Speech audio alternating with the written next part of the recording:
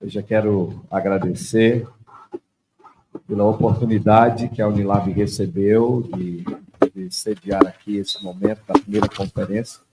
E, José Vidal, nós somos muito gratos pela interação, pela forma paciente, pela resiliência de você poder estar à frente, organizando. Então, parabéns por este momento. Eu ainda quero destacar, dentro dos professores aqui, saudando a todos, quero destacar aqui 2 professores que eu estou vendo aqui, que são importantes para a minha fala, professores africanos.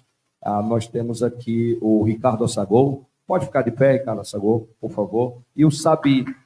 Sabi é da área da tecnologia, Ricardo Assagou é da área de humanas. São 2 professores africanos, depois do nosso DNA. Eu queria dar esse destaque aí, achei até que foi fraco as palmas. Vamos dar uma salva de palmas para ele, bem mais forte. Obrigado. Sabi, inclusive, é da área, né? Sabi é da área, também da área da tecnologia. Eu não sei se eu ouvi, mas também ouvi, aqui entre nós está o professor Carlos Cáceres. Eu acho que não foi falado o nome do professor, então foi falado, eu pulei, né? Então, bem-vindo. E a professora Cláudia e a Adriana, que estão aqui. A professora Cláudia é 4 anos nessa labuta, né? Como vice-reitora, tem dado o seu melhor, é isso que temos feito para poder estar aqui nesse momento. Quero saudar os professores, os estudantes, quero saudar muito aqui, é um prazer imenso recebê-la aqui, o DCE, mas também a professora Helena está ali também, conosco, os demais que chegaram até aqui, os estudantes.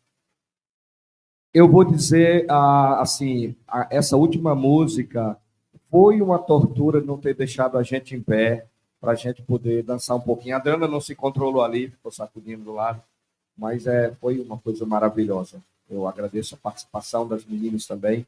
As apresentações artísticas aqui da Unilab, elas são sempre assim, é de levantar mesmo. E os tais, tem um aqui olhando para mim, trabalhando com afinco, os demais assistentes administrativos, auxiliares também. É uma imensa alegria aqui. Eu e a Adriana, quando vê essas músicas, a gente sempre fica meio empolgados. E quero dizer que, mais ou menos em 1996, salvo engano, não, por aí, 96, acertei. Final de 1996, com os computadores chegando ao Brasil, eu escrevi um artigo no Rio de Janeiro, quando eu estava no meu mestrado, na qual eu já discutia um pouco dessa questão da reconfiguração das relações mediante a chegada do computador. Lá eu pensei, né, e imaginei que o tempo que Júlio César levou na mesma distância para chegar a Roma, para sua posse, é o mesmo tempo que o nosso grande Abraham Lincoln levou, veja bem, milênios depois, para chegar a Washington para sua posse. No filme O Problema dos Três Corpos, naquele seriado, quem está assistindo O Problema dos Três Corpos, Netflix, só eu, não é possível um negócio desse, está assistindo ali também. Tem um momento de diálogo que me chamou muita atenção, porque lá, eu vou dar um spoilerzinho bem leve no seriado, mas, na verdade, trata-se de um grupo alienígena de inteligência muito avançada que sabe que o seu planeta não sobreviverá e eles estão procurando um lugar para eles fazerem a mudança e eles escolheram uma terra.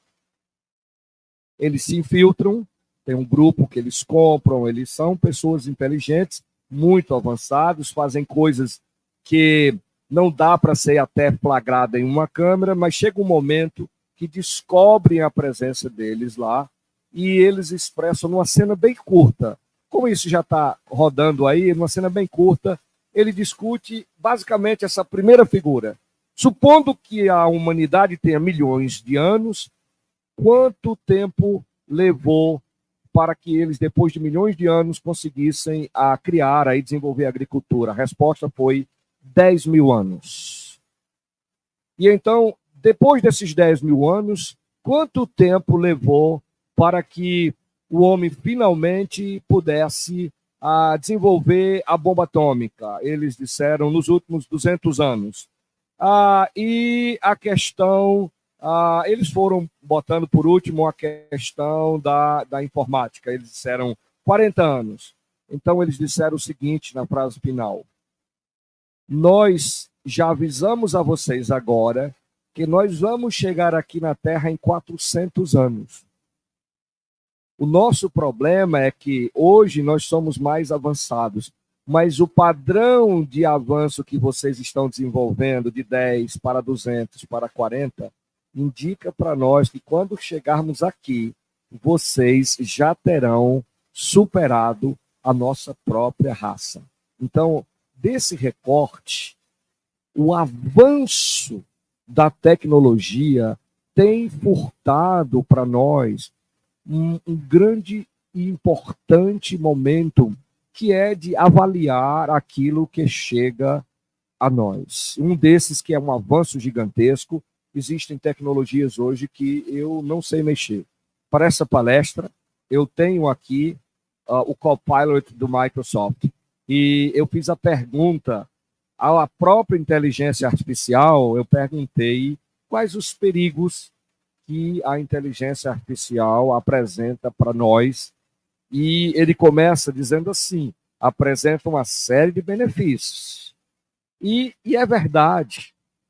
Eu me lembro que eu fiz uma crítica sobre o computador, especialmente naquela era de estar em condição de falar face a face. Eu disse sobre a tecnologia, eu disse aspectos desumanizantes da tecnologia. Eu trabalhei uma crítica mostrando o que iria acontecer. Eu não imaginava que seria tão rápido o celular, mas eu disse que o problema da tecnologia é nos aproximar muito de quem está distante e, ao mesmo tempo, nos distanciar de quem está ali pertinho de nós. E tratei de algumas críticas naquele momento, mas reconhecendo alguns benefícios. Mas a resposta que eu tive aqui, a primeira de todas que a inteligência artificial diz para nós é a falta de transparência. Por que esse alerta, né? Como de fato esses sistemas funcionam? Quem sabe? O que estão fazendo? A falta de transparência. Segundo aspecto, preconceito e discriminação. Deixe-me dizer uma verdade aqui que está entalada. Aqui eu preciso desabafar, senão eu vou no mínimo dar um grito aqui grande para eu desabafar.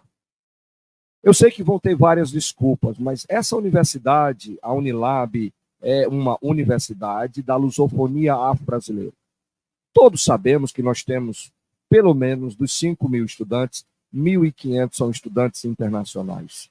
Mas a maioria são de brasileiros, mais de 3.000 brasileiros. Mas eu não sei vocês, mas eu sinto na pele que a Unilab sofre de um racismo institucional.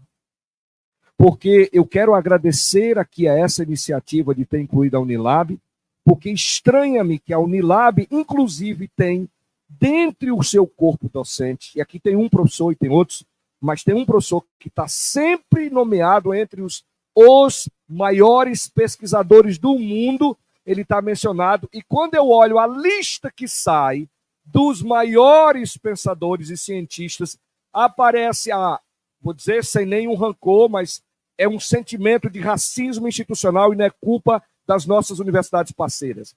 Mas aparece IFCE, UFC, etc. E dentro daquele quadro eu vejo vários professores da Unilab que não são nomeados. Isso é um racismo institucional e nós estamos cansados de poder dizer a Unilab existe, é uma universidade negra, é fato, é uma universidade africana e brasileira, mas eu vou dizer o seguinte, não podemos ser ignorados, seja por entes do Estado, entes da federação, entes municipais. Nós temos pesquisadores, e eu não tenho medo de dizer, são grandes pesquisadores, grandes cientistas, mas nós precisamos ainda entender que se fala muito em reparação histórica, se fala muito na questão das lutas pela desigualdade, para diminuir, mas nós nunca tivemos um pesquisador, um cientista-chefe da FUNCAP sair da Unilab. Eu acho que está na hora da gente defender isso e dizer o seguinte, nós também pensamos, fazemos ciência de qualidade, e nós estamos cansados de viver sendo excluídos de momentos importantes por entidades que deveriam trazer essa universidade como uma universidade modelo porque é aqui que as desigualdades caem, é aqui que a gente constrói uma ciência, é aqui que se respeita a quantidade e a diversidade de epistemologia. Então, esse momento aqui para nós é muito importante, porque veio até nós numa iniciativa, e nós agradecemos aos sindicatos. Eu quero agradecer em nome aqui, claro, da Unilab, ao José Vital e aos demais que aqui aceitaram esse convite. Existem outros problemas dentro da questão para a gente discutir. Uma delas, a gente sabe que os dilemas éticos precisam ser tratados, porque eu não posso desenvolver qualquer coisa que termine pela extinção da própria raça humana que o criou. Eu não posso desenvolver algo que é bom para a humanidade, que vai gerar um desemprego absurdo, furtar-nos o espaço que é nosso. E é preciso discutir esses dilemas, é preciso entender que temos que ter valores, e são valores morais, sim, já que a inteligência artificial é fixa, ela é matemática, ela tem um padrão, ela tem absolutos, a gente precisa achar os pontos fixos dos valores morais que regem as pesquisas na área da inteligência artificial. E aqui eu percebo que ela destacou, mas, acima de tudo, nós não podemos depender de tudo para ela, é ela que tem que depender de nós. A gente precisa estar discutindo muito essa questão, porque se abandonarmos o fato de que no nosso processo de neurogênese eu preciso estimular, eu preciso continuar no foco, mas a cada vídeo que eu vou passando, eu vou perdendo a minha capacidade de concentração, eu perco também a capacidade de produção de novos neurônios, a gente chama desse processo de neurogênese, e, na verdade, enquanto a inteligência artificial desenvolve e cresce, é possível que haja um emburrecimento de nós mesmos se não soubermos como lidar com isso, e o tempo e o avanço está tão grande que tem nos furtado a oportunidade de poder ponderar, e eu creio que é ousado essa iniciativa, e os sindicatos estão corretos em trabalhar a inteligência artificial, puxar a pauta, e nessa luta por direitos, neste caso, eu diria, José Vital, os demais colegas, até é o direito à própria vida que a gente precisa discutir aqui também. Em nome da Unilab, fica o nosso recado, né, para todos que estão nos assistindo.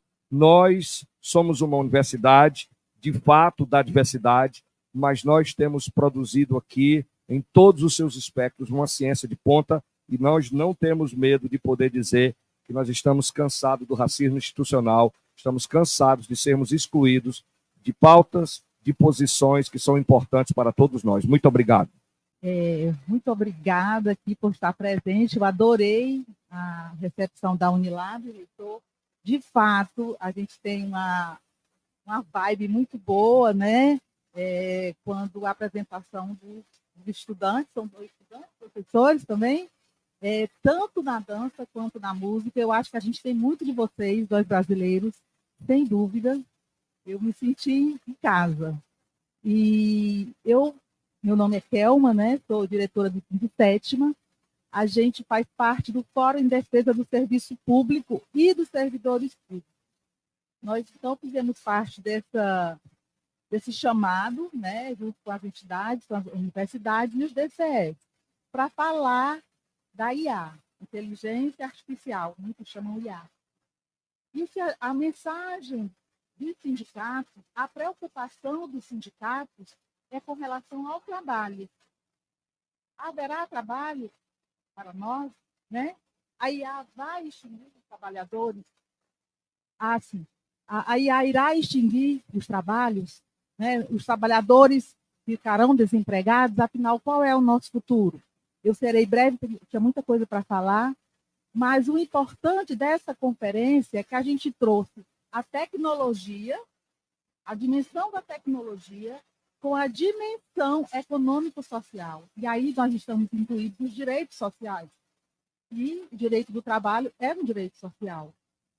Nós não somos contra a tecnologia, nem teria como ser, né? Ela veio para ficar, e que nós temos que saber nos acomodar a essa nova realidade, mas sempre valorizando o ser humano, né? E não a máquina, porque por trás da máquina nós temos o ser humano. Eu vinha falando com o palestrante de hoje, né? O professor, E ele tinha dito que sempre tem um humano, a inteligência humana por trás da máquina. Né? A máquina ela não pensa, ela não sente. Né? Então, ela é programada pelo ser humano. Então, eu acredito que no mundo do trabalho já está havendo, né? A IA não é de hoje, já tem alguns anos.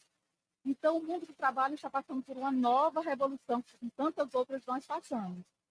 E acredito que, diante dessa nova revolução, eu que sou do direito, a gente tem que ter, brevemente, para já, uma lei que venha regular e proteger o trabalhador diante desse novo cenário.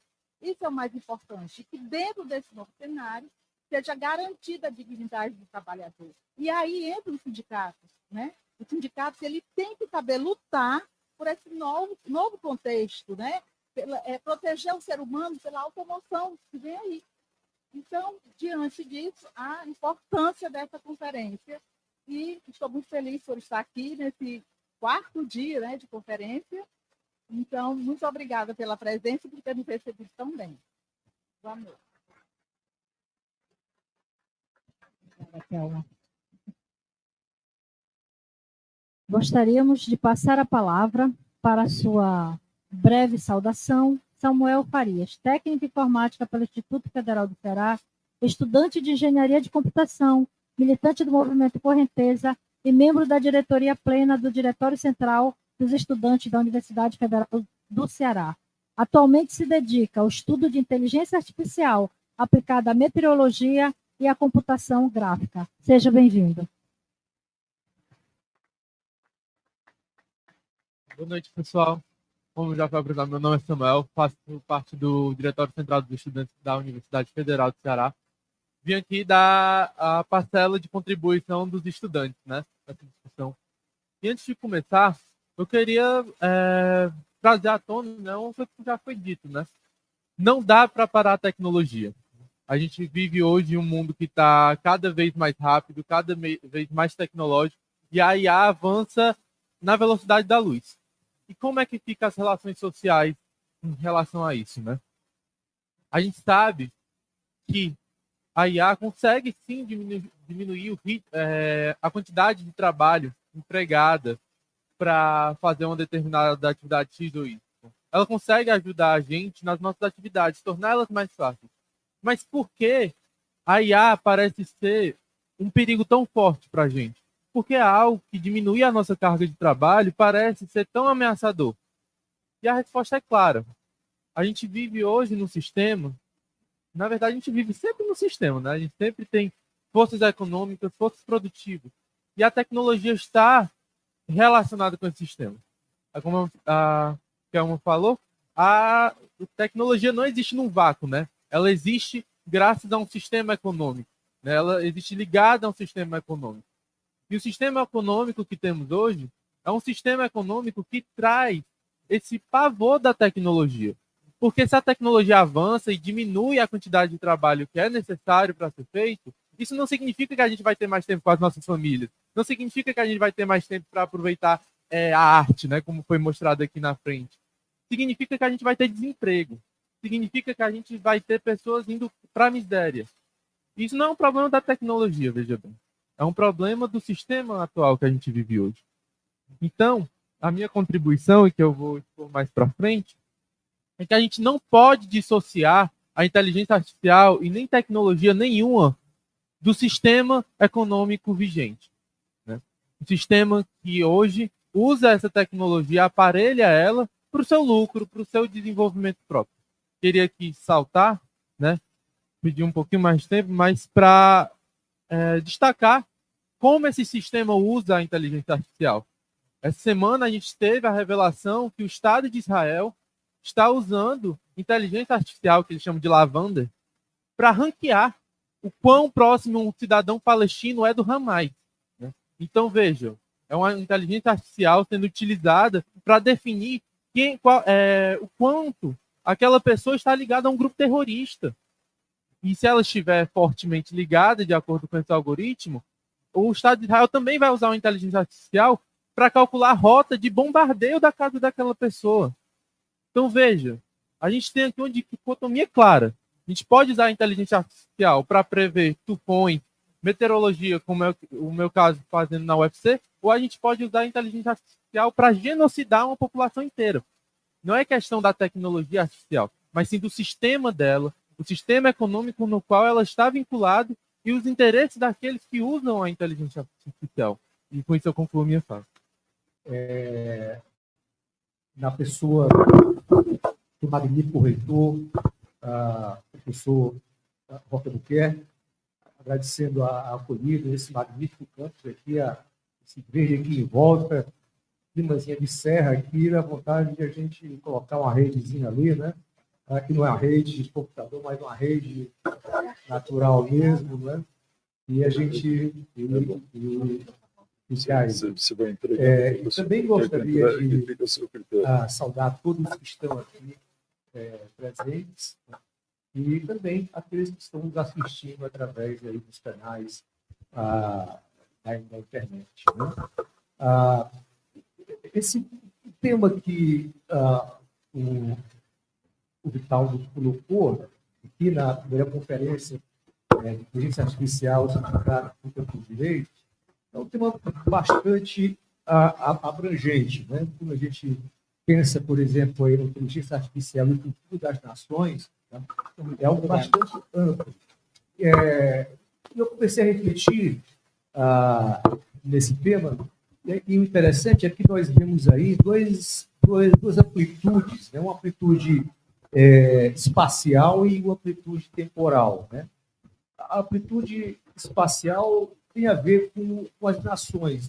Na medida em que nós ponderamos em como a IA afeta as nações, nós estamos colocando aqui o mundo do planeta, né? Portanto, essa amplitude espacial. Por outro lado, a amplitude temporal está ali no futuro, né? O futuro, que na verdade é composto aí de vários presentes, né?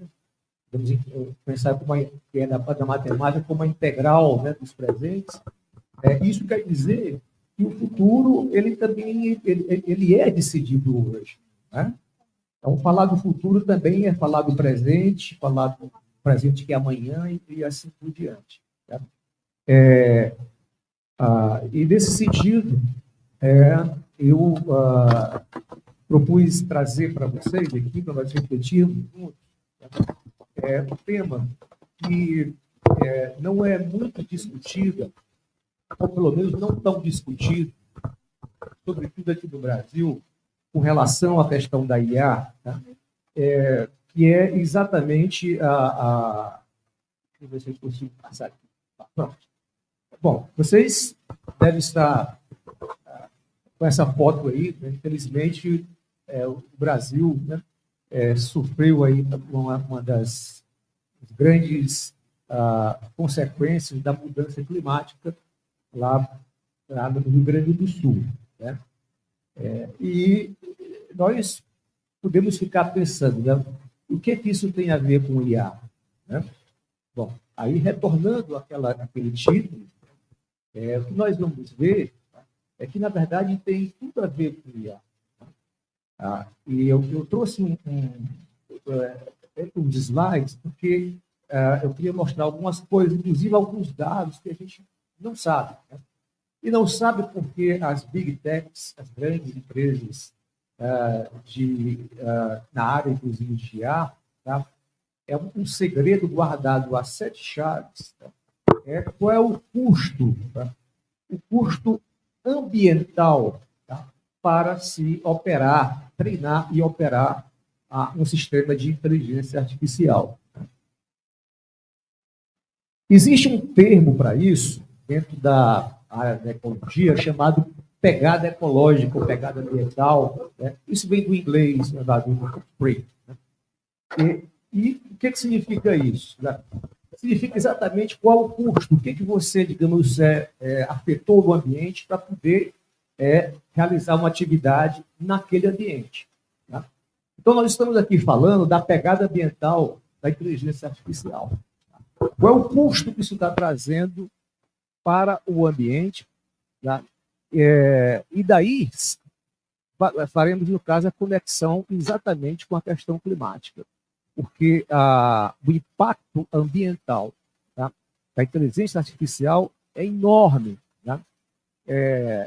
Por isso que eu fiz uma pesquisa, vários artigos, tentando extrair alguns dados para vocês, e eu vou colocar alguns desses dados aí para poder a gente refletir sobre isso. Tá? Esse é um tema que tem muito a ver, inclusive, com uma questão também do trabalho, né?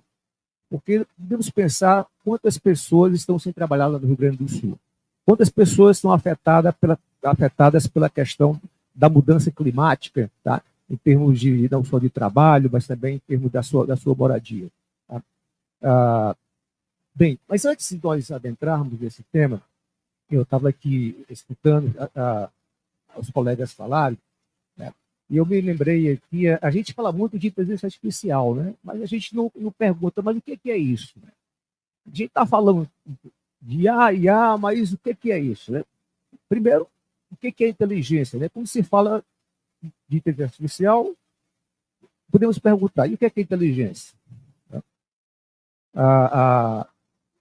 Essa é uma pergunta que, na verdade, né, não existe uma resposta, digamos assim, exata. Né? A gente começa a pensar também, então, nessa questão da IA, sobre exatamente o que está por trás, tá, desses sistemas. Eu não sei se vocês assistiram aquele filme, já foi. Eu li o Problema dos Três Corpos, já estou no segundo volume, inclusive, são uma trilogia, né? Muito bom. Ali é o filme baseado nos livros, né? Mas tem um outro filme muito interessante, talvez alguns de vocês tenham assistido, que é O Jogo da Imitação, né? Que é exatamente a história do Alan Turing, né? Que grande matemático e lógico britânico, né? Ele é dos pais do computador, né? E também um dos pais da IA. Né? E o Alan Turing, num artigo que ele publicou, mais ou menos pelos anos 1950, por aí, né? Ele faz exatamente essa pergunta. Né? Bom, nessa época já os computadores estavam já surgindo, já estavam adentrando, né, a sociedade, né? E por falar em questão da tecnologia tomar os empregos, né? A gente estava conversando aqui quando estava vindo para cá, né? Talvez vocês saibam, né, que o primeiro emprego, né, que a tecnologia de computação tomou foi o emprego de computador, né? Porque computador era uma profissão, né?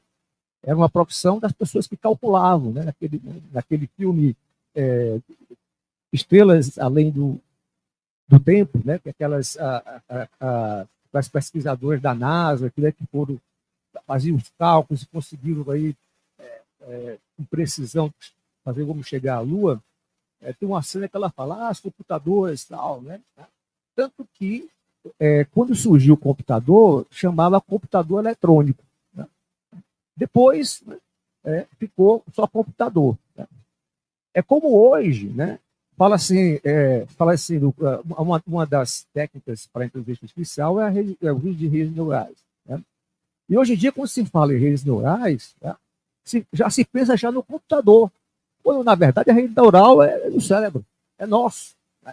Então, estava nessa transposição, né? Há essa transposição, né, do que é do homem, no caso, para a máquina. E até chega um momento que ninguém sabe mais quem é quem. Né?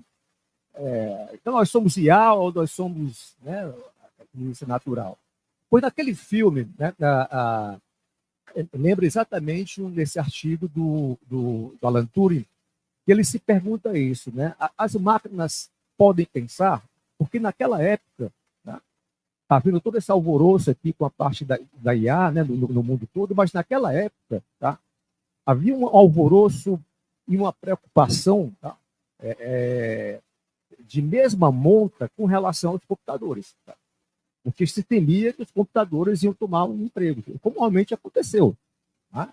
Aliás, a tecnologia de IA é construída por sobre a tecnologia dos computadores. Pois bem, então o Alan Turing, ele começa o artigo exatamente isso, né? As máquinas podem pensar, né? E aí ele continua, né? E se elas podem pensar, tá? Como é que nós vamos saber? Então ele propõe o chamado um jogo da imitação, daí o nome do filme, tá? Ele propõe o seguinte, tá? Você coloca, são três ambientes que são incomunicáveis entre si. Um ambiente vai estar um ser humano. No outro ambiente vai estar um computador. E no terceiro, um juiz. E aí o que é proposto? Né? O ser humano começa a conversar, né, com o computador, né, e o juiz fica ali observando, de vez em quando interagindo. Se após algum tempo, né, o juiz não saber, né, não souber, né, quem é o humano, quem é o computador que está falando, né, então é porque, né, aquele computador foi capaz, tá, de realmente se comportar como um ser humano. Ou seja, de imitar um ser humano. Daí o nome jogo da imitação. Né? Então, essa a IA, quer dizer, ela foi concebida exatamente dessa maneira, tá? De uma maneira que a proposta é que seja uma máquina, que seja uma tecnologia que possa emular, que possa se comportar como um ser humano, né? Daí porque a gente tem todas esses questionamentos, digamos assim, no caso, né? Se na verdade uma máquina pode pensar ou não pode pensar, né? Bom, por outro lado, algo que me preocupa muito dessas discussões sobre a tecnologia, tá? E particularmente agora sobre a questão de IA, tá? É exatamente como a gente vem conversando aqui, que foi comentado aqui também, tá? Essa tendência, né, de nós considerarmos a tecnologia, no caso, como sendo algo neutro. Né? As pessoas dizem, não, o computador não é bom nem ruim, né? Depende do uso que eu vou fazer dele. Tá? Isso não é verdade. Tá? A tecnologia ela não é neutra. Tá?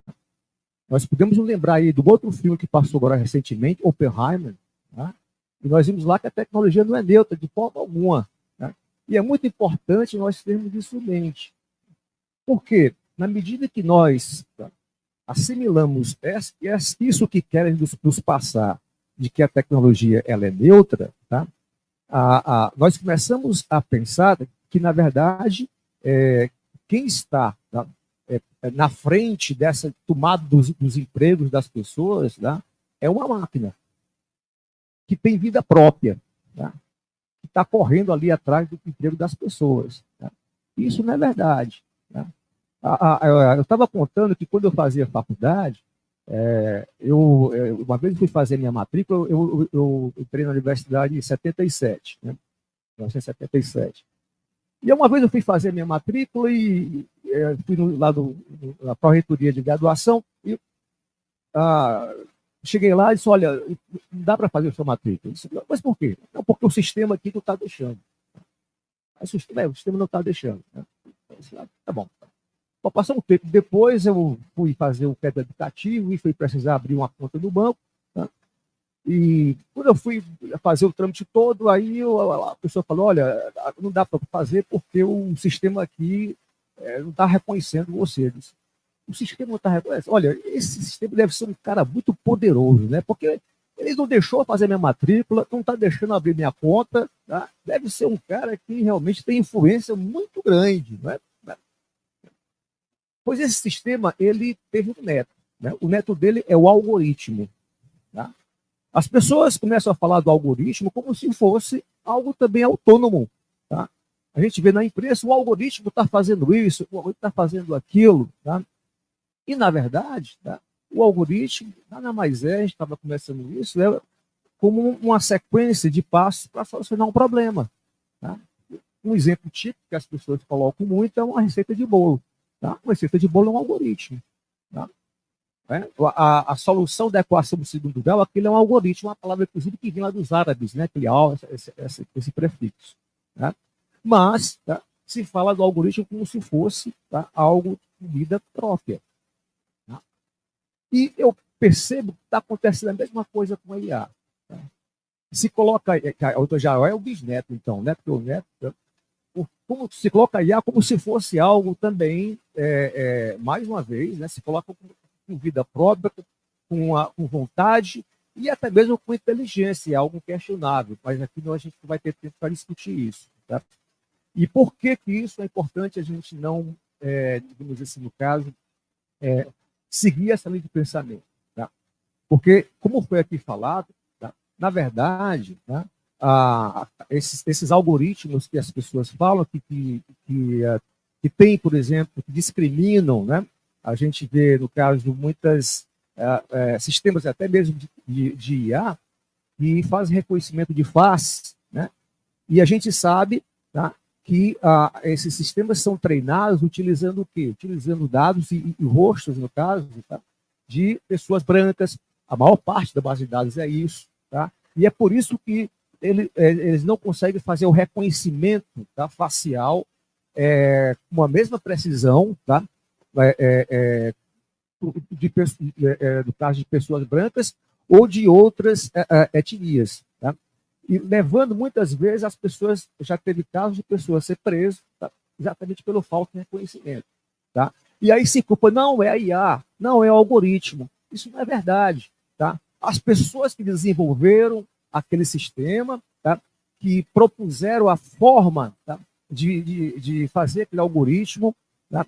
Que são responsáveis por isso. Tá? Nós aqui estamos falando das big techs. Nós estamos aqui falando, tá certo? Do tecnocapitalismo. Tá?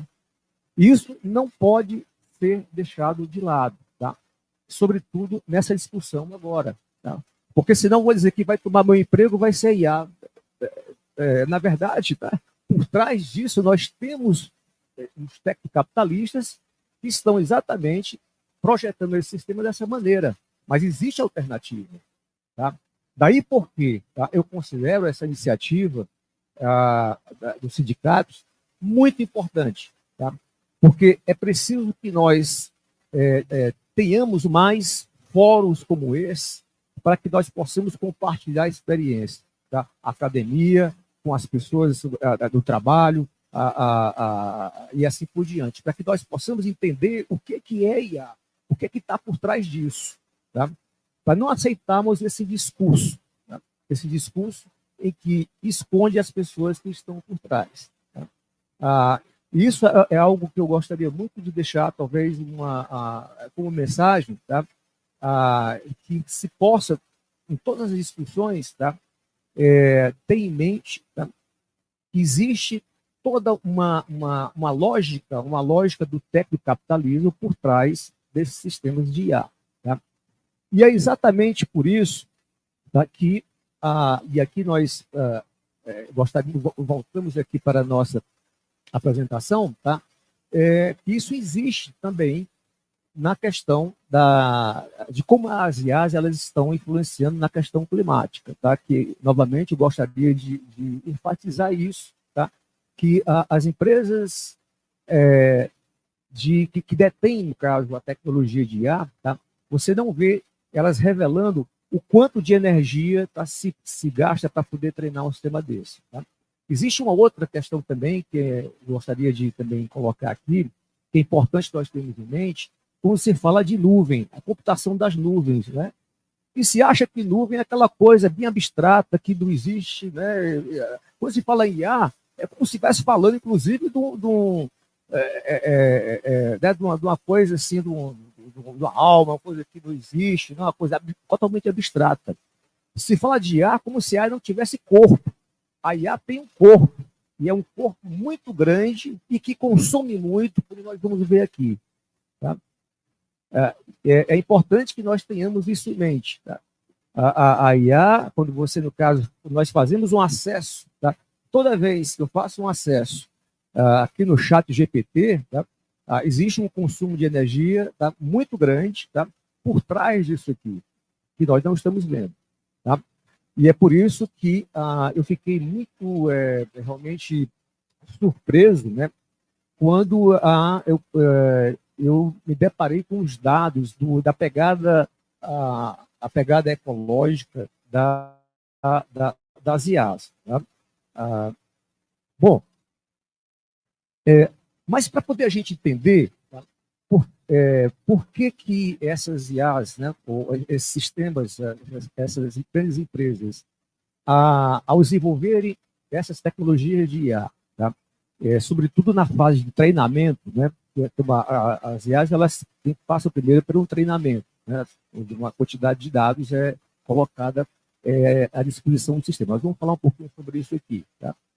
Mas para nós entendermos, tá, como é que as IAs impactam tanto no ambiente, né, é muito importante a gente, primeiro, eu vou falar rapidamente aqui, é claro que eu não vou entrar em nenhum aspecto técnico, né? E vou tomar como exemplo aqui o ChatGPT, que é o mais badalado aí, não é? Existe outro, né? Mas existe um grande marketing em cima do ChatGPT hoje em dia. Tá? Bom, mas de qualquer maneira, tá? O que é? Né? Bom, basicamente, tá? Talvez você já ouviu falar quando leram sobre a questão de IA, sobre uma LLM, uma linguagem natural, linguagem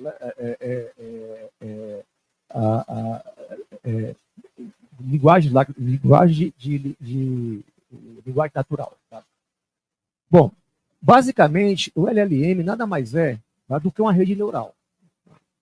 Uma rede neural, no caso, artificial. Tá? Eu não vou entrar aqui em questão, mas uma rede neural, isso é importante também que a gente tenha em mente, né? Embora os pesquisadores falam em rede neural, mas a rede neural humana, tá? Ela é muito mais complexa do que uma rede neural de computador. Eu não vou entrar em detalhe aqui, tá? Mas isso é o caso. Mas, de qualquer maneira, tá? O IA é basicamente uma rede neural, tá? Onde, tá, você alimenta uma quantidade enorme de dados. Tá? Para vocês terem uma ideia, a OpenIA, que é a empresa, no caso, que desenvolveu o ChatGPT, tá? Ela já sugou toda a internet. Não tem mais dado. Tá? A tal ponto, tá, que elas agora estão utilizando dados sintéticos. O que são dados sintéticos? São informações geradas por outras IAs. Um IA alimentando outra IA. Tá? Esses dados vão estar na internet. Tá? Já muitos de nós aqui, quando estamos assistindo talvez algum vídeo do YouTube ou lendo algum artigo, tá? Essas informações nós pensamos que são, na verdade, né, de pessoas, mas são de IAs. Tá? Então, daqui a pouco, nós vamos ter uma IA falando com outra na internet. Né? E a gente vai ficar só assistindo. Tá? Tal é, digamos assim, o absurdo de dados. Tá? Isso aqui, tá, é exatamente, tá, é importante a gente ter isso em mente, porque é essa quantidade gigantesca de dados, tá, necessárias para treinar uma IA, tá, uma IA da forma como essas empresas querem, né, que possam, digamos assim, no caso, tratar não só textos, mas também imagens, tá, e também sons, né? E algo interessante de relação a isso, não sei se vocês acompanharam aí recentemente, no lançamento do novo ChatGPT, né? O ChatGPT-O, né? O Sam Altman, que é o dirigente máximo da OpenAI, né? Ele chamou aquela voz, né, na demonstração, não sei se vocês assistiram, né?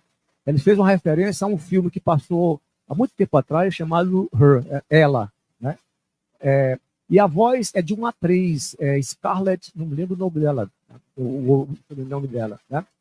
E depois se descobriu que a voz que se estava utilizando lá na demonstração era uma voz dessa atriz, que a OpenAI já tinha feito um contato com ela, sabendo se ela podia, no caso, disponibilizar a voz dela para o ChatGPT, ela recusou, tá?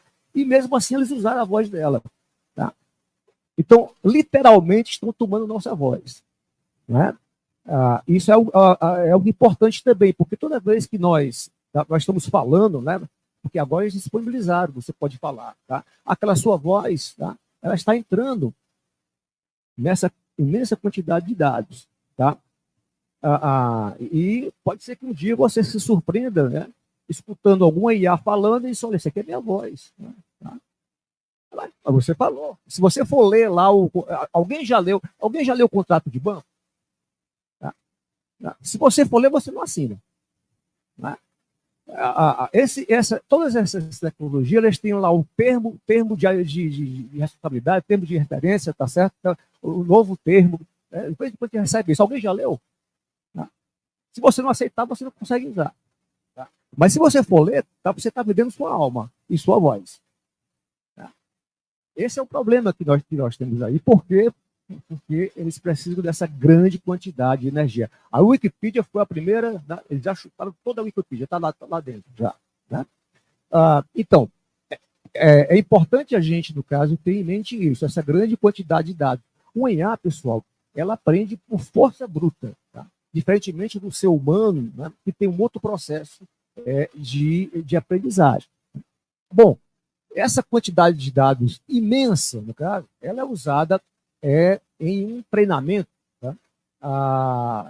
Usando aí basicamente uma IA matemática. Né? Se usa uma matemática baseada em estatística. Por isso, no caso, que o que uma IA faz é o que é? É tentar descobrir, dado um contexto de palavras, né? Ela vai calcular a probabilidade de qual será a próxima palavra naquela sequência da frase. Né? Bom, então, após o treinamento usando essa matemática bem complexa, tá? Aí você vai ter exatamente ali, por exemplo, nesse caso aqui, o chat, né? Daí, porque o nome chat GPT, ou seja, através de dados aqui. Mas existe também outras IAs que trabalham com imagens e com vídeos, né? Cujo processo também é semelhante. Né? Bom, isso aqui, tá, é o mais importante aqui. Os dados importam. Primeiro, a quantidade. Tá? A quantidade de dados, no caso, ela é proporcional à precisão com que essa IA ela vai poder desempenhar o seu papel de conseguir descobrir, digamos, qual a próxima palavra dentro de um contexto. Tá? E depois a qualidade. Tá? Porque não é qualquer dado que importa, não é qualquer dado que digamos, que contribui para o aprendizado da máquina. Tá? A OpenIA também ela já está começando a pagar pessoas para poder escrever textos, tá? Para poder treinar as IAs, porque também não tem mais texto que já não tenha sido sugado pelas IAs. Tá? Então, basicamente, é assim, no caso, que funciona. Eu não estou entrando em detalhe técnico, mas esse aqui é mais conceitual. Tá?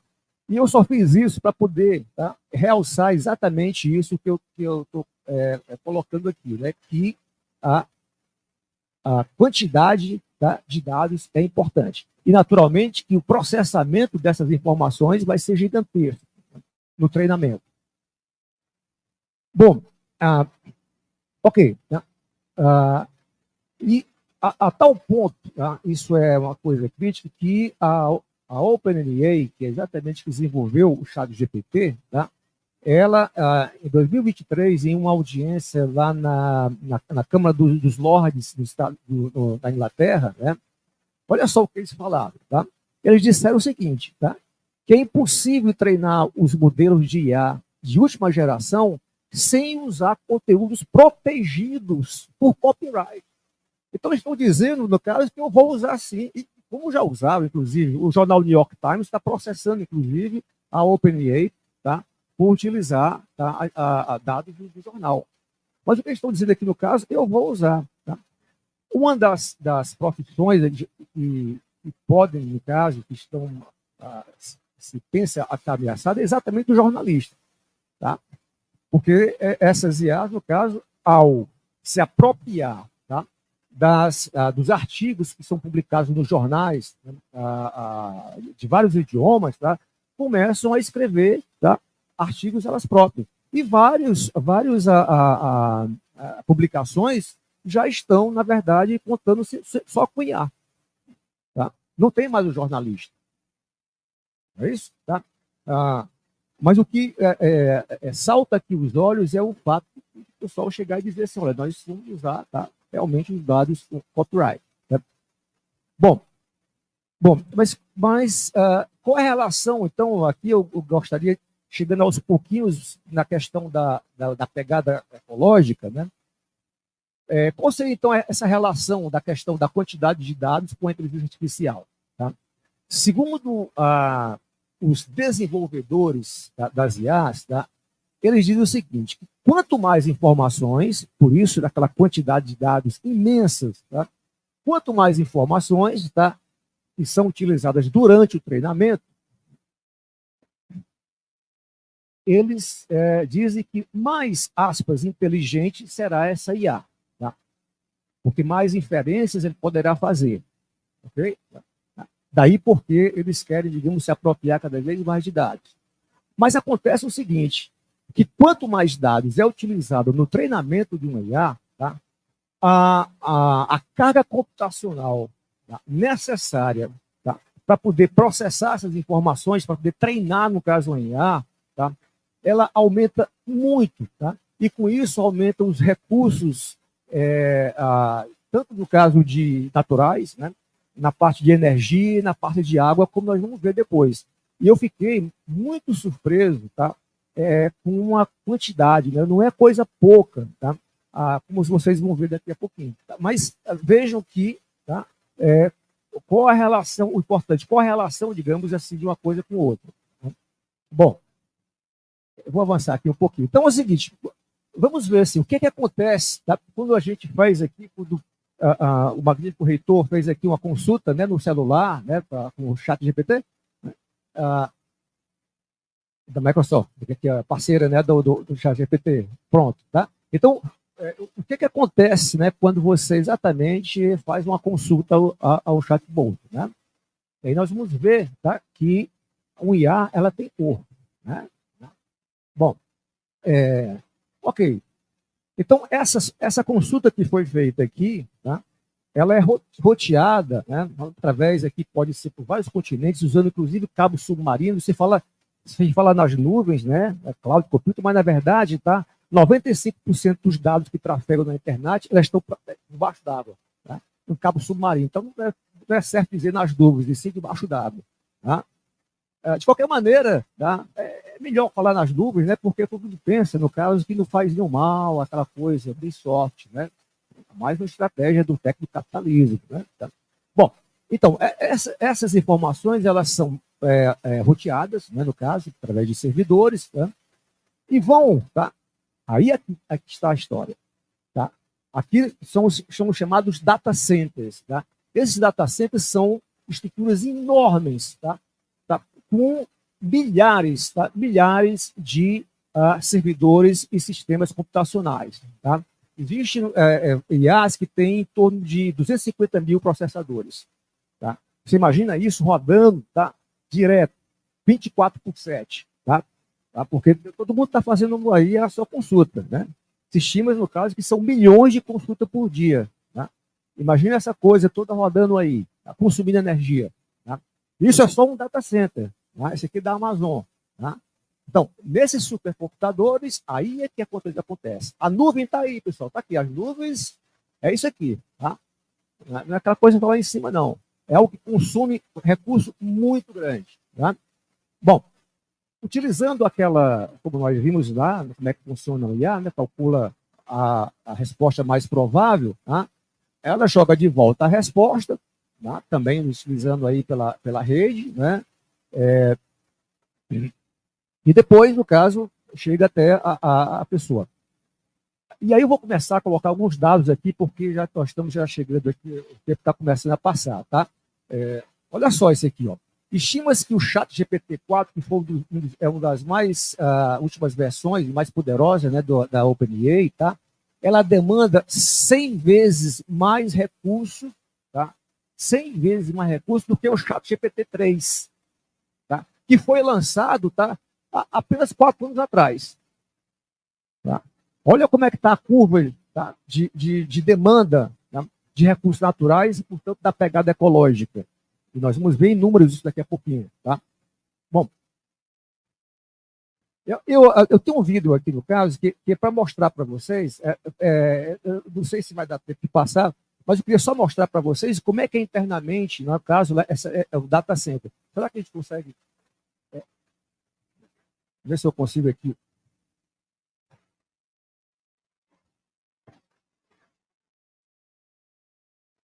Não vai ter som aqui.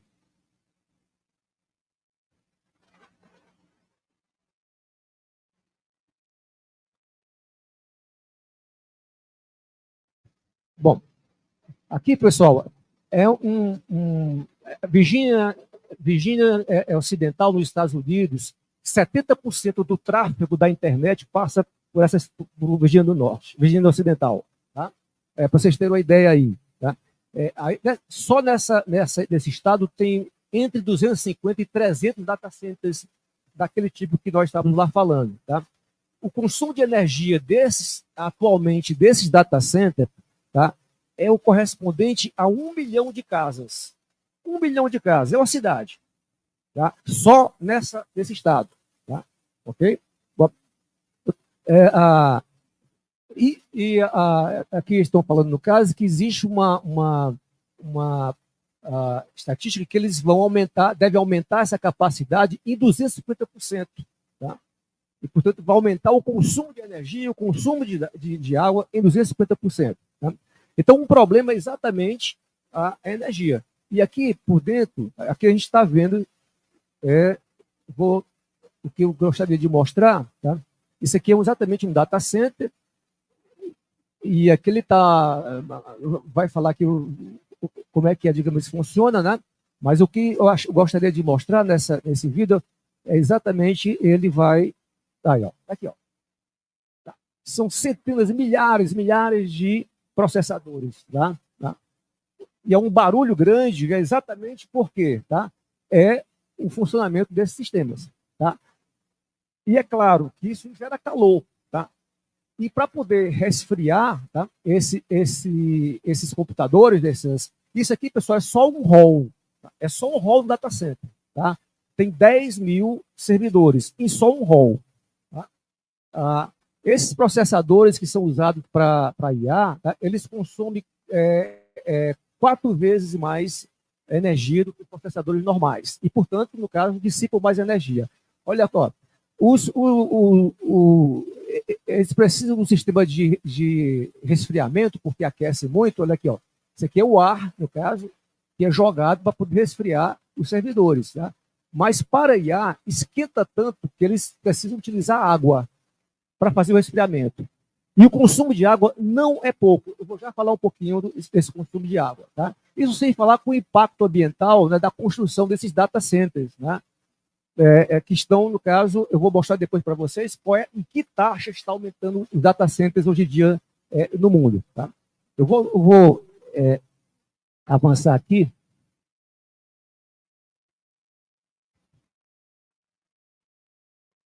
Bom, e aí, tá? Olha só, tá? A Agência Internacional de Energia, tá? Ela liberou um dado que o ChatGPT-3, tá? Ele consome mais de 10 vezes mais do que uma busca no Google. Tá? Então, hoje em dia, nós vamos usar mais o quê? IA, não é isso? Tá? Pois consome, tá, 10 vezes mais do que uma consulta que nós fazíamos no Google. Tá?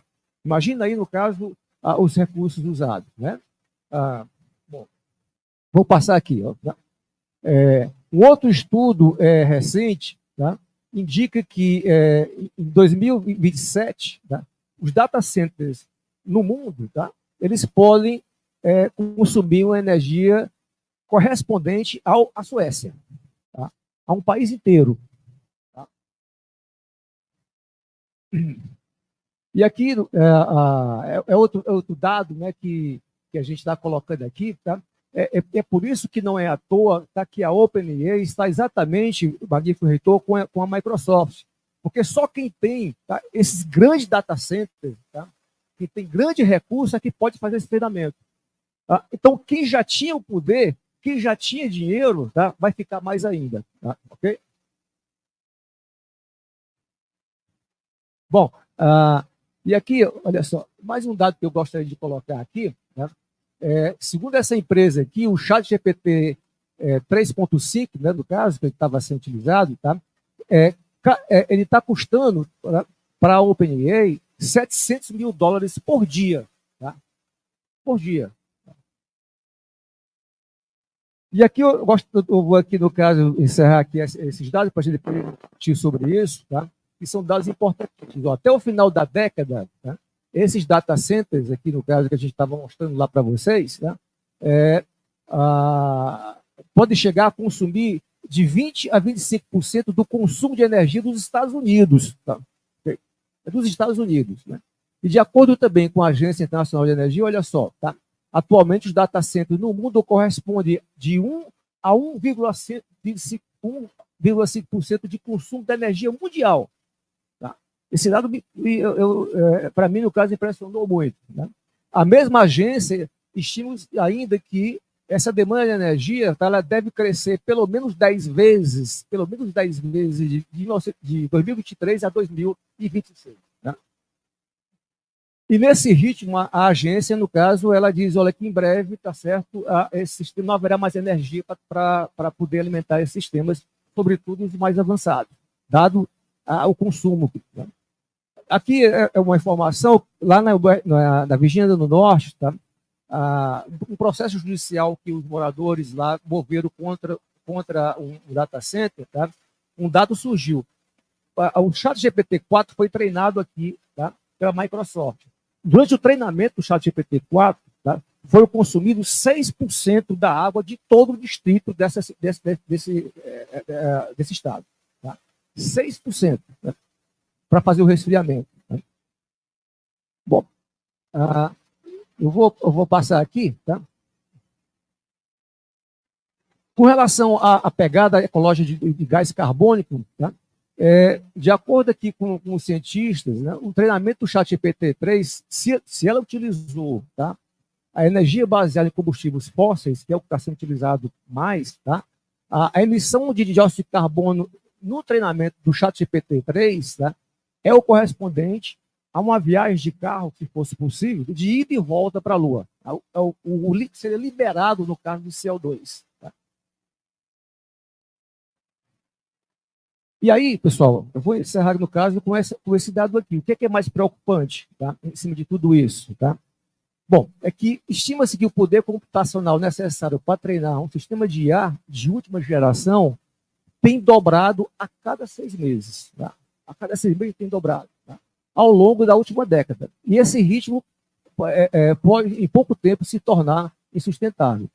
E, para completar, tá, se estima o seguinte, que a cada 3 dias, olha só, a cada 3 dias surge um novo data center no mundo. Tá? Então, você pega essas informações todas, esse consumo todo, tá? E utilizando essas projeções, tá? A gente vê que nós temos aí um problema, digamos, sério, né, com relação à questão ambiental. E é por isso que essas empresas elas guardam as 7 chaves, tá, a informações sobre o consumo. Isso aqui é feito através de inferências a partir, digamos assim, no caso do funcionamento do sistema. Tá? Bom, então, eu encerro aqui no caso e a gente pode, então, passar para, talvez, algum debate aqui. Qualquer perguntas também. Tá? Muito obrigado.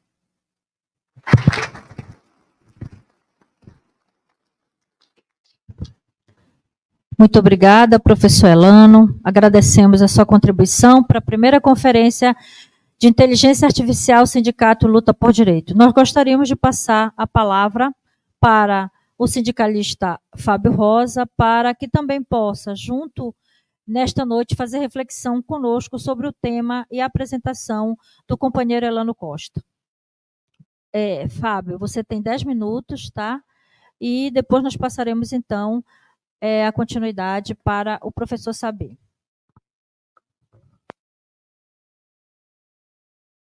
Vou colocar meus olhos aqui. Boa noite a todos e todas. Boa noite aos professores presentes, ao reitor, ao pessoal da reitoria, aos estudantes também, companheiros sindicalistas e representantes do movimento estudantil. Em primeiro lugar, agradecer a oportunidade de estar aqui conversando com vocês sobre esse tema que, para nós, do movimento sindical de TI, é tão caro e há muitos anos já. Não apenas a questão da IA, né, que vem se impondo nesse momento de forma mais forte, mas a própria revolução tecnológica, a inovação, como um fator que pode tanto trazer grandes oportunidades para a sociedade e os trabalhadores, como também ameaças, né? Então, eu estava lembrando que,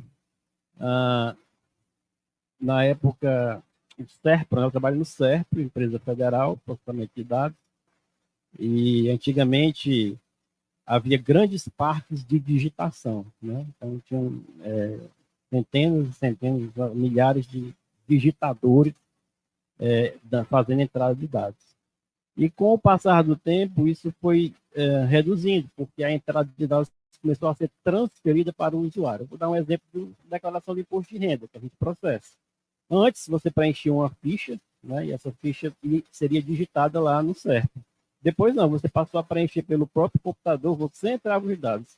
E aí, o que fazer com esses digitadores que já não tinham tanta demanda, né? Então, na época, o nosso sindicato, com parceria com outros sindicatos em todo o Brasil, e o pessoal das próprias empresas, tanto o SERPRO como Dataprev, as estaduais e municipais de TI, a gente fez um grande esforço, um mutirão, e conseguimos treinar essas pessoas para que assumissem funções de programação de computadores, de análise de sistemas, né? Então, ninguém precisou ser demitido ou procurar outro emprego, tá? Mas naquela época, a tecnologia andava a passos um pouco mais lentos do que está andando agora. Então, é preciso que a sociedade, né, as entidades de classe e do terceiro setor, as universidades, as escolas, as empresas, todos se preocupem em como fazer para que esses trabalhadores, que certamente serão de alguma forma impactados com essa tecnologia, possam assumir novas funções, serem requalificados e não terem o seu meio de vida e o seu sustento prejudicado. Muito pelo contrário, que isso seja, né, esse aumento de produtividade trazido pela tecnologia, que ele possa ser revertido principalmente para o bem-estar do próprio trabalhador e do cidadão, né, para que ele tenha um tempo livre, né, disponível para se dedicar ao que ele gosta, né, passar mais tempo com a família, e não apenas essa produtividade seja acumulada, né, para os donos do capital, né? Bom, eu queria também dizer assim, eu fiquei muito emocionado aqui, né, com o início do nosso evento, com a exposição artística, né, dos alunos, e com a palavra também do reitor em relação ao racismo institucional, né? E eu fiquei muito emocionado porque a gente vê que a humanidade nasceu no continente africano, né? Você olha, eu estava olhando aqui para trás para essas imagens, né? Você tem ali o arado puxado por tração animal, tem aqui a pedra de Roseta, que foi encontrada no Egito, né? Que encontra-se na África, né? Acima do Saara, não é subsaariano, mas enfim, a humanidade nasceu lá. Então, assim, é importante que a instituição e toda a população daquele continente, que são muitas nações, e aí eu faço uma diferenciação, e as nações são às vezes, diferente dos países, né? Porque os mapas foram desenhados por estrangeiros, né? E muitas vezes cortaram ao meio, em pedaços, nações e povos irmãos, e, enfim, isso tem que ser corrigido, tá? E eu fico muito satisfeito, né, em ver que há ventos de soberania no continente africano. Espero que eles soprem cada vez mais forte. Né? Bom, como eu disse, os trabalhadores eles vão acabar precisando se adaptar, né? E todos devem estar engajados nessa missão, né? Para que possam assumir novas funções, se prepararem, se capacitarem. Tá? A gente vive hoje, e aí vou bem no tema aí do futuro das nações, né? E citando já alguns termos que até já foram falados, mas a gente vive hoje o que eu chamaria de um tecnofeudalismo, né? E o título do livro do Sérgio Amadeu, né? Um colonialismo de dados, né? Porque, como antigamente, esses feudos, eles são as grandes corporações de TI que controlam os dados, né? Aquelas poucas, sei lá, 5, 6, que detêm esses dados, e a gente não consegue fazer nada, não tem controle nenhum sobre isso, né? As grandes potências que antigamente colonizavam as nações, hoje são grandes corporações que colonizam a vida digital da população mundial, né? E a gente vive um verdadeiro capitalismo de vigilância, um termo, né, criado pela Shoshana Zuboff, que é uma autora que fala sobre isso. Nós mesmos fornecemos os dados. Esses dados tão importantes nós não fornecemos. E nós não temos escapatória. Por exemplo, hoje em dia, né, dependendo de onde você vive, mas aqui nesse ambiente acadêmico e profissional e tudo, ninguém consegue viver sem um celular. Você não consegue. Você é obrigado a ter um celular. Né? E esse aparelho aqui, ele é um aparelho que fica capturando dados por onde quer que você vá, dados seus, tudo que você tem, todos os seus documentos, muitas vezes informações sobre a sua saúde, né? Então, assim, dados que são apropriados por grandes corporações, e daí elas tiram informações na forma de inteligência artificial para aumentar os próprios lucros, né? E as pessoas ficam a ver navios. Tá? Eu também anotei aqui para comentar, quando o professor Elano fez a explanação, aliás, brilhante, parabéns, em relação ao teste de Turing, né? O teste de Turing, ele baseia-se na linguagem, né? É o ser humano conversando, ou com a máquina ou com o outro, para saber se está certo ou não. Mas existem outras expressões, né, humanas, e, por exemplo, a gente viu aqui, né? A dança, a música, a criatividade, né? Então, assim, existe uma singularidade na humanidade que eu, particularmente, não acredito que seja possível a tecnologia alcançar. Posso estar enganado, mas eu acredito nisso. Tá? E, por fim, me preocupa muito a utilização da inteligência artificial para fins bélicos, como foi colocado aqui pelo colega do DCE da UFC. Por exemplo, Israel utilizou sistemas de inteligência artificial para selecionar alvos, para bombardear.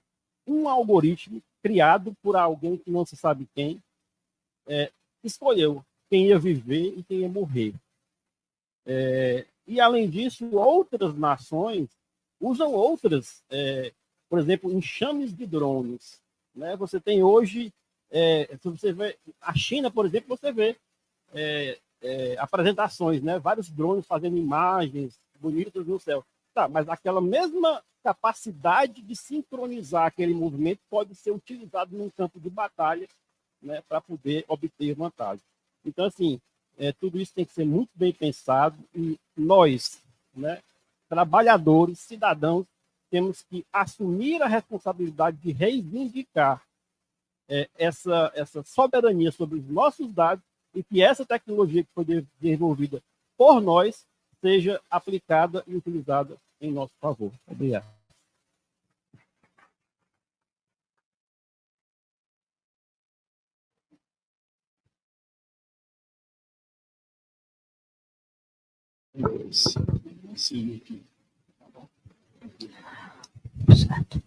Muito obrigada, companheiro Fábio Rosa.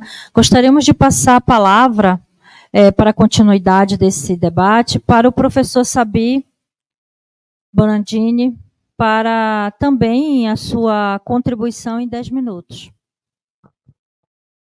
Obrigado, professora Rita. Agradeço a sua apresentação. E hoje é aniversário da professora Mara Rita, né? Para quem não sabe, então, feliz aniversário aqui, né? Porque a companheira, feliz aniversário, né?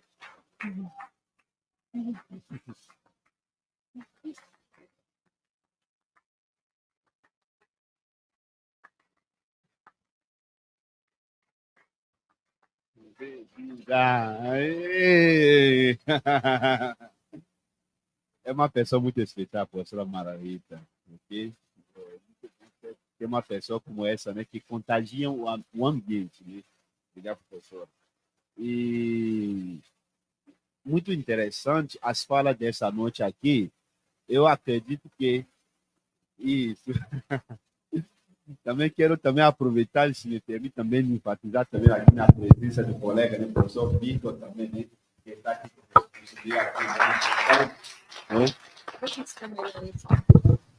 Ok, perfeito. Ok. Essa noite aqui, eu acho que realmente podíamos ficar aqui mais tempo até a madrugada conversando, não vamos terminar, ok? Mas enfim, né, 10 minutos acho muito pouco, mas pelo menos vamos falar alguma coisa sobre esse temático da inteligência artificial,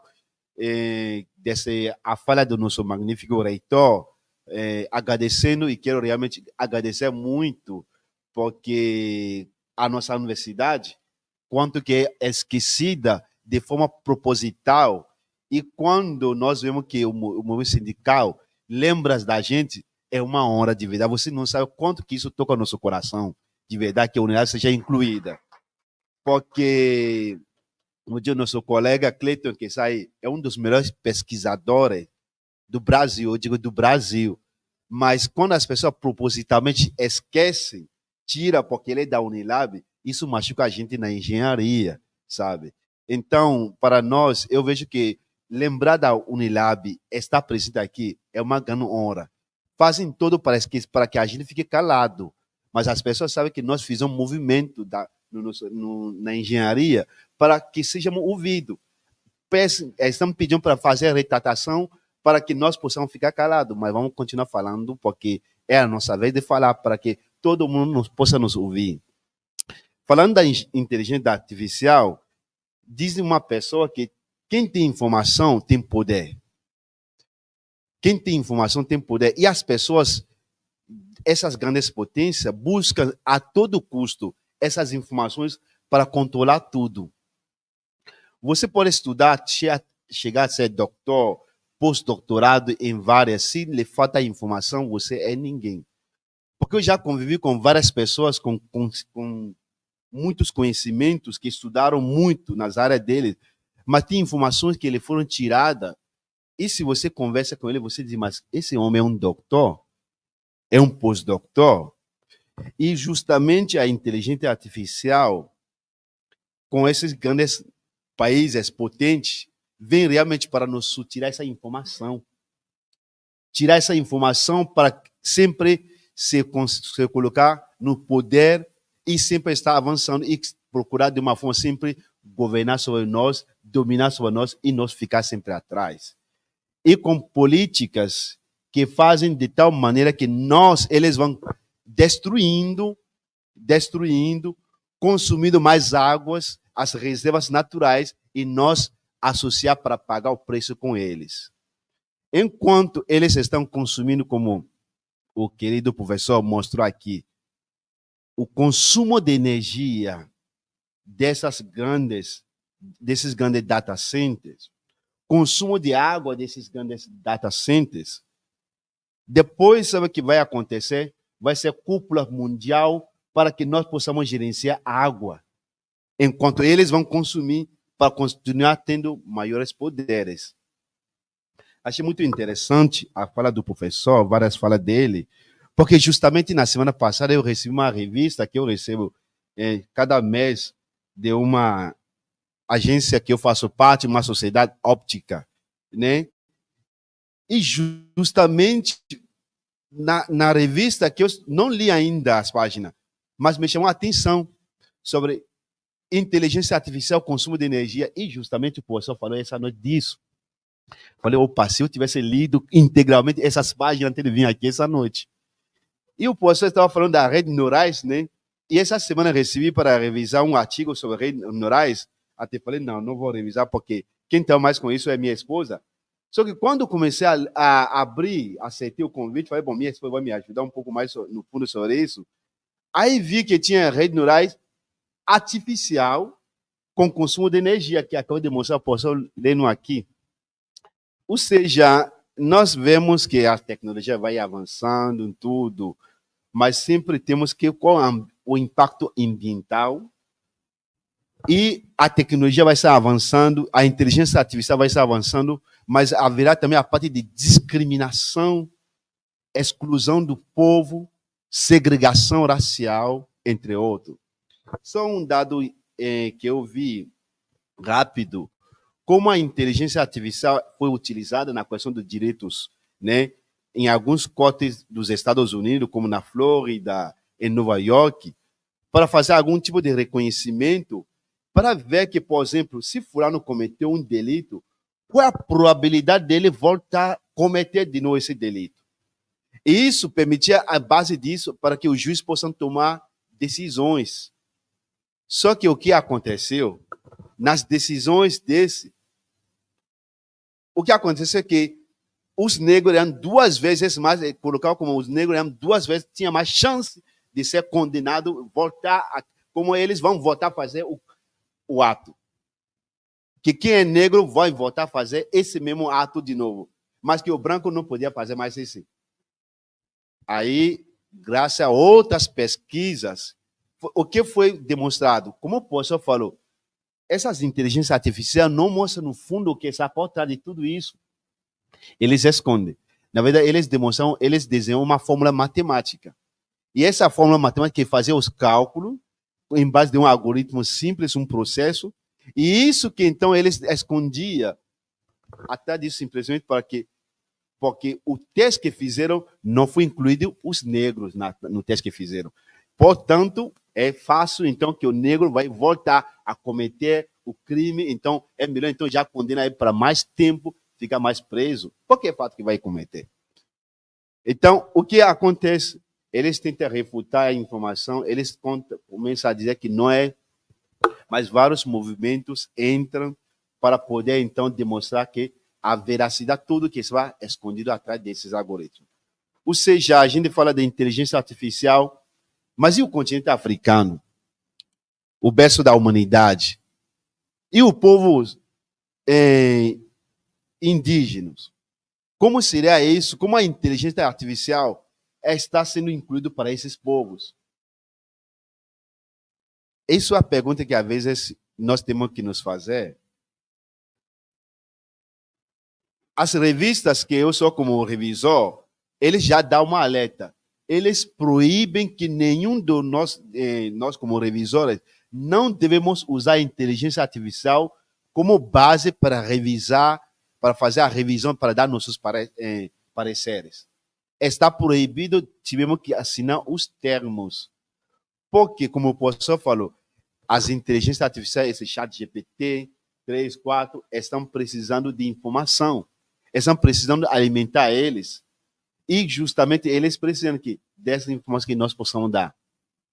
Essas grandes editoras, então, entendendo isso, então, já proíbem que nenhum revisor possa usar essas inteligências artificiais para desenvolver seu trabalho. Para terminar minha fala, eu estava fazendo uma pesquisa, né, sobre inteligência, uma pesquisa sobre a vida como sou cristão, fazendo uma pesquisa sobre como a vida, os cristãos são perseguidos no continente africano. Estava fazendo uma pesquisa. E a inteligência artificial já me mostrou um gráfico e assustei. Quando falei, qual é a fonte dessa informação? Aí me falou assim, desculpa, é que é uma projeção que pode acontecer. Hoje já como então a inteligência artificial já começa a falar. Então, ou seja, nós sabemos que isso pode ser usado para o bem. Isso é verdade, tem muitos exemplos que já foram falados, mas também tem muitos afins para controlar, para discriminar e até para destruir. Muito obrigado.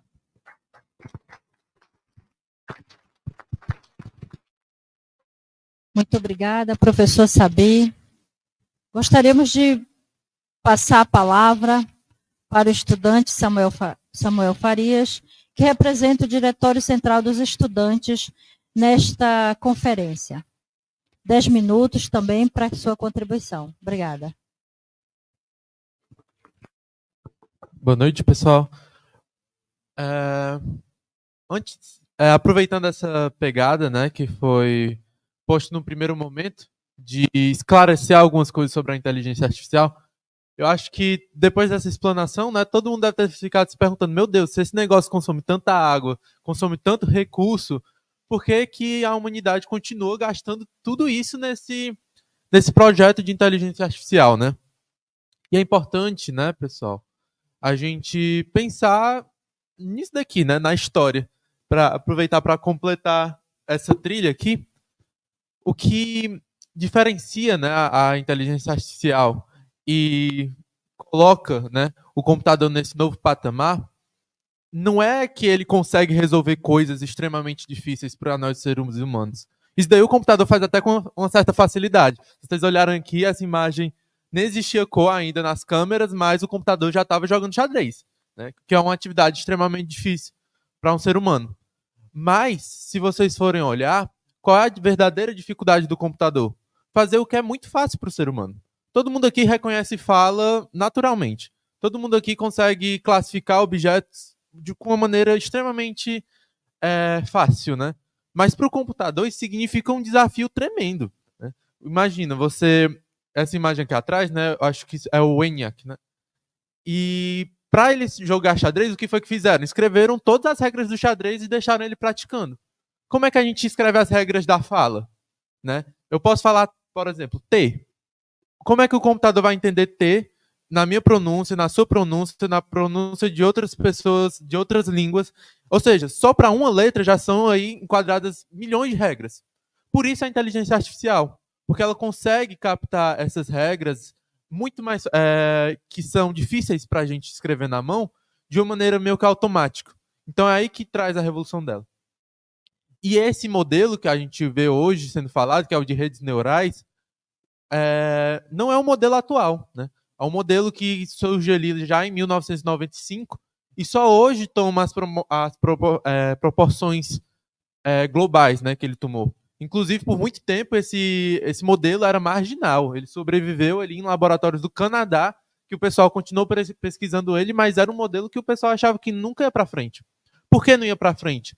Porque demandava de duas coisas. Primeiro, uma capacidade de processamento muito grande e uma quantidade de dados muito grandes, que foi o que o professor expôs aqui.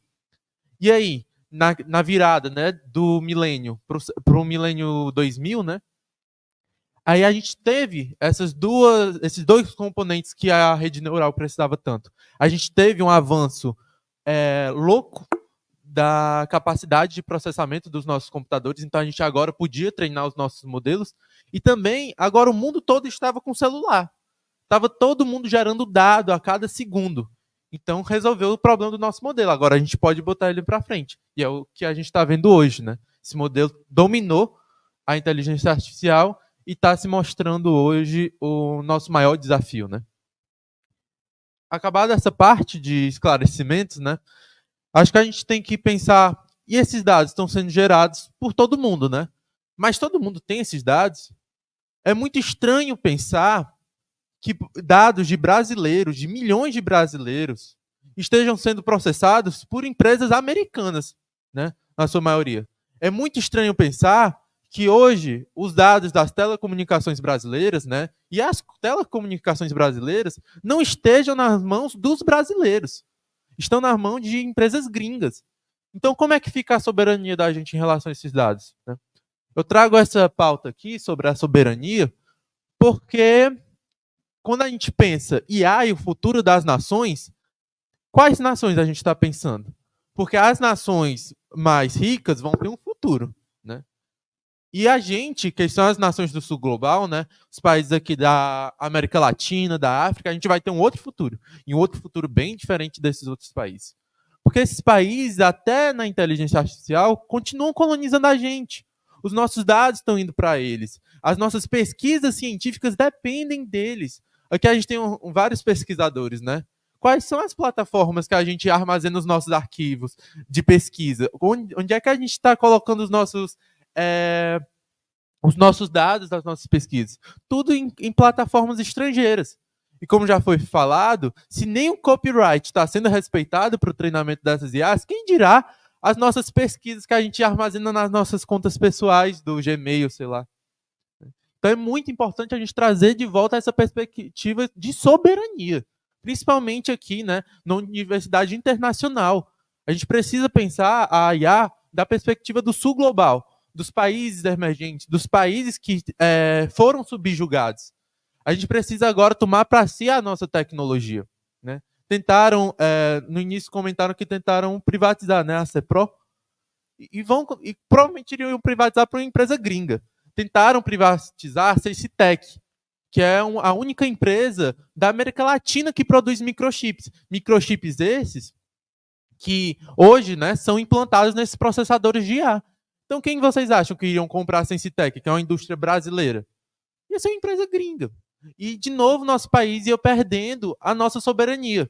Então, a gente precisa se apoderar desse conhecimento da inteligência artificial, dos algoritmos, e também proteger os nossos dados e dos nossos cidadãos aqui do Brasil, da África e de toda a América Latina.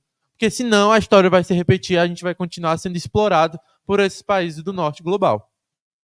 Outro ponto também que é muito importante, que inclusive eu acho que é pouco falado, mas que o professor trouxe aqui com muita maestria, que é o do meio ambiente. Acho que agora não dá mais para ignorar nessa pauta. Acho que por muito tempo a gente via assim, não, vai acontecer só daqui a 50 anos, já vou estar morto lá, nem me preocupo. Mas, gente, o Rio Grande do Sul está submerso, sabe? Hoje é no Rio Grande do Sul. Quem garante a gente que amanhã não vai ser aqui, né? No Rio Grande do Norte ou está em Fortaleza, né? Então, nada nos garante isso. E a IA está virando um componente essencial. A Islândia, até 2050, 30% do consumo de água de um país vai ser usado só para treinamento nesses data centers e etc. Então, a questão ambiental é vital, completamente vital. Inclusive, questão essa que não deixa de perpassar pelo colonialismo que os nossos países já viveram, né? Vocês já ouviram falar do termo racismo ambiental? Já? Ou não? Imagina, pronto. Ótimo. Então, pronto. A nossa ministra, né, a Aniele Franco, falou esse termo em rede nacional e gerou uma comoção porque muita gente não sabia, né? Mas qual é esse termo, racismo ambiental? É que os países da periferia, os países que têm seus representantes aqui hoje, por exemplo, vão sofrer mais com o aquecimento global. E aí isso é uma prova para a gente. Eu achei muito engraçado porque isso se provou na prática de uma maneira muito clara. Quando teve os incidentes do Rio Grande do Sul, logo vieram falando assim, mas na Holanda tem sistemas de comportas que, apesar de estar embaixo do nível do mar, eles conseguem segurar as enchentes. Óbvio que tem isso. Eles colonizaram a África, eles roubaram países inteiros. Então, um país deste tamanho, como a Holanda, consegue desenvolver sua tecnologia sem fronteiras, roubando os nossos países. né? Enquanto a gente aqui do Sul fica à mercê das mudanças climáticas. E a IA, ela precisa ser tomada para a gente, né, para os países aqui, para manter a nossa soberania e também para que a gente possa ter uma negociação, né? Porque é muito bom, eles 2 minutos? Ok. Eles produzem os seus modelos lá, etc., consumem a nossa água, a nossa energia, e a gente fica aqui, né, sem ter esse acesso à tecnologia, sem poder usar essa tecnologia para o nosso bem, né? Só para ir concluindo, eu acho que a gente não pode sair dessa conferência com um sentimento de abatimento, né? Não adianta a gente entender a realidade, a gente precisa transformá-la. E como é que a gente transforma essa realidade, né? Tendo em tese essas rumas de big techs aí que estão em jogo. A resposta é bem clara. A gente precisa mudar o jogo que a gente está jogando. A gente precisa mudar para um jogo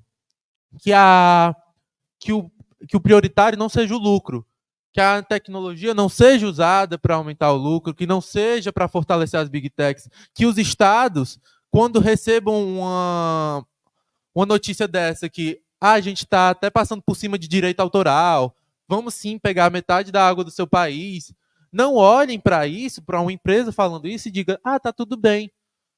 O que a gente precisa que os estados, eles priorizem a população. Mas para que tudo isso aconteça, a gente precisa mudar de um sistema. E tem várias teorias aí, né, que diz como mudar de sistema, etc. E aí fica a par de cada um escolher a sua.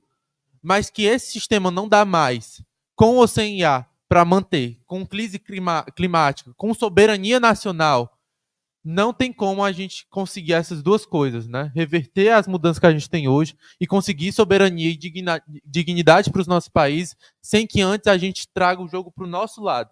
Sem que a gente traga um jogo para que o nosso país consigam se desenvolver e proteger os seus cidadãos, que consigam desenvolver as suas economias de maneira sustentável e priorizando, antes de tudo, o bem-estar humano e não o lucro de uma parcela ínfima de pessoas que vivem nesse planeta. Obrigado.